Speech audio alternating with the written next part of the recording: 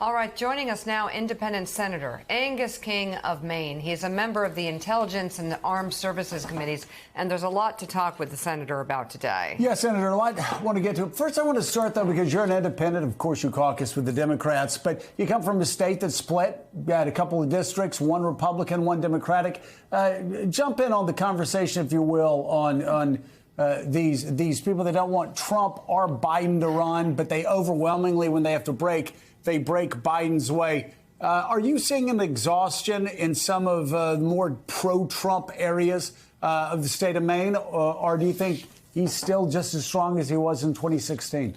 Well, first, I want to offer a little therapy to you guys with regard to the Red Sox. I mean, I can't resist that. Just know that somewhere in the universe, it's 2004, and Dave Roberts is about to steal second.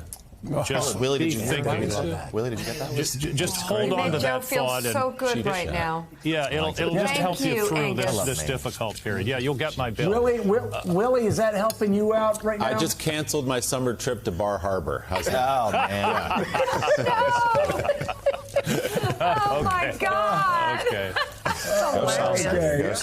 All right, Senator, let's try that again. So, what are you picking up as far as independent? Because we talk about every day, independent swing voters, and I always talk about in the suburbs of Atlanta, man, they've broken hard against Donald Trump. The suburbs of Philly, they're never going back to Donald Trump. I'm curious if you're seeing it even in states like Maine that had some pretty pro-Trump areas.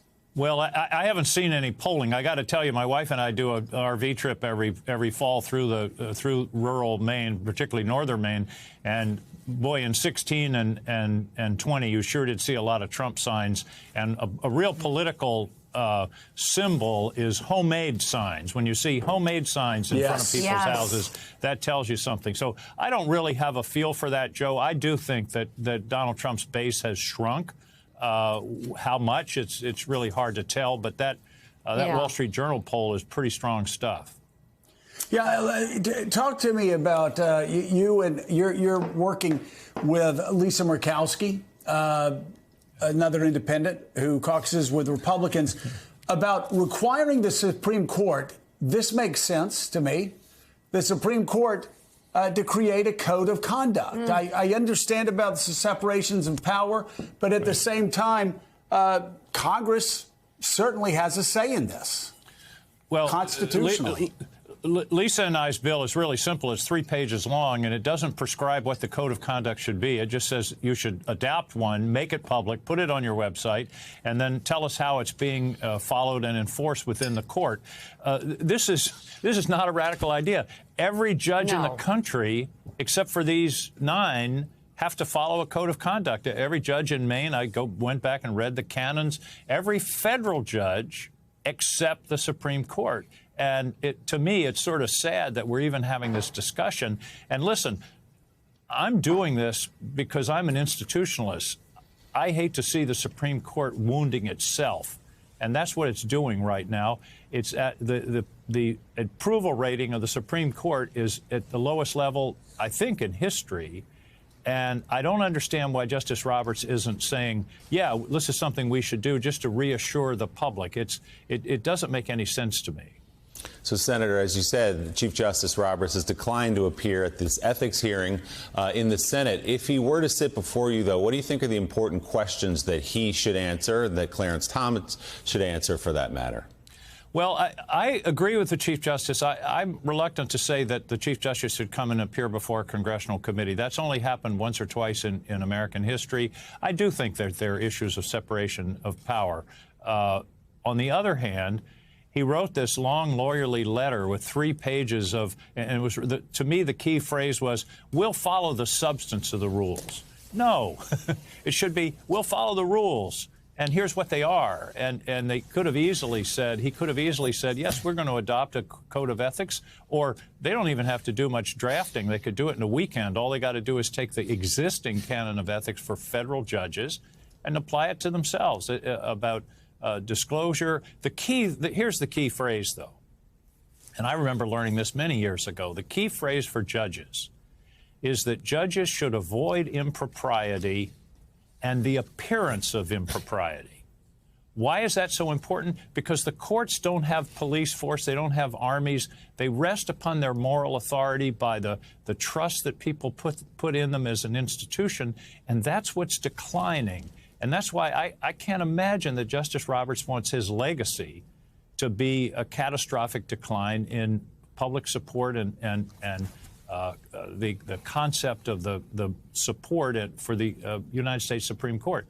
And that's why this ought to be easy. Senator King, we want to turn to the debt ceiling. The House Republicans finally passed their budget this week. We know the president has released his. Those two sides, though, aren't talking. No negotiations yet, and the clock is obviously ticking. There's some estimates that the country may hit that ceiling by June, which is just 5 or 6 weeks away. The Senate has not acted yet. What role can your chamber step in here to try to bridge this divide? Well, the first thing I want to say is how deeply touched I am by the concern of the House Republicans for the debt and the deficit. It's really moving, particularly because they raised the debt ceiling 3 times without much of a peep during the Trump administration. And I'll bet you if you go back and look at the record, pretty much everyone that was there then voted for the Trump tax cuts for the wealthy and corporations that put a $2 trillion add-on to the deficit.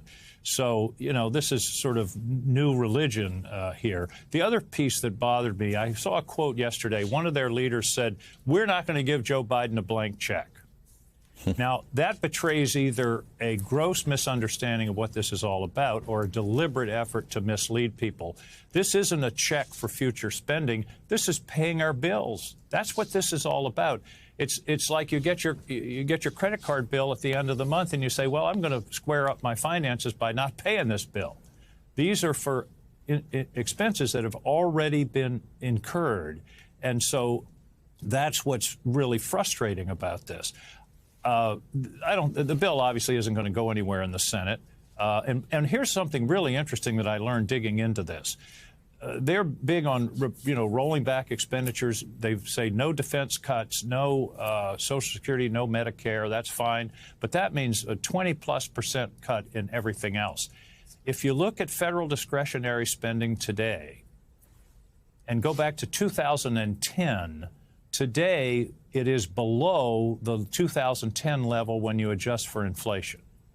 I find that really amazing. In other words, we're pretty much in line with where the country was 15 or 20 years ago.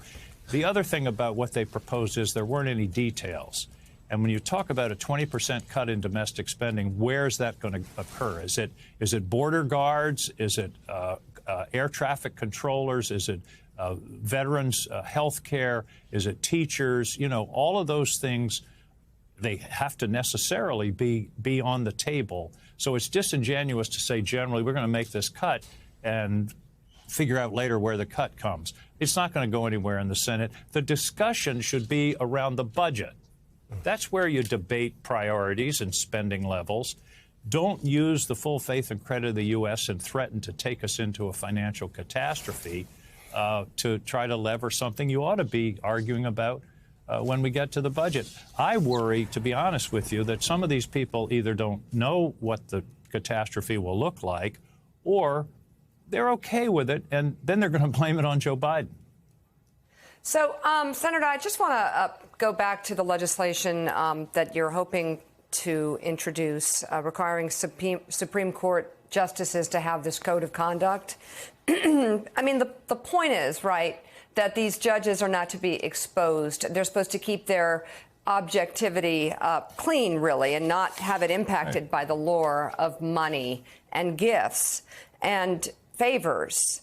And if you look at Clarence Thomas and then you add in, and I know this, is an extra, but his wife and her text messages to Mark Meadows, I mean, there are some serious concerns about this Supreme Court justice taking gifts that are in the value of hundreds of thousands of dollars and houses and a lifestyle really created by a Republican donor. And I just wonder if this legislation goes through, if you can meet your goal here. Can it retroactively apply to Clarence Thomas so that questions can be asked and answered? Well, I do think there does need to be more disclosure, and it's a shame that a ProPublica, a journalistic organization, had to dig out matters that should have been disclosed. I don't see this as retroactive. It's not aimed at Clarence Thomas. Clarence Thomas's activities certainly have told us why we need to do this, but it's really forward-looking. And again, the Supreme Court has enormous power, and they're there for life. And there have to be some checks, and the check here is transparency. The ancient question of political science is quis custodes ipso custodiet. Who will guard the guardians? And in this case, nobody's guarding the guardians. All we're saying is put something out there that the public can see that you're going to abide by, and a mechanism so that the public can see whether you are abiding by it. We're not imposing rules. We're saying adopt your own rules. And, you know, Justice Roberts writes this long, lawyerly piece, and I finished reading it, and methinks he doth protest too much. Why are they resisting this? It's interesting. Senator Angus King of Maine, thank you very much for being on this morning. We appreciate. Thank you for the therapy for Joe. We appreciate it. Always here to help.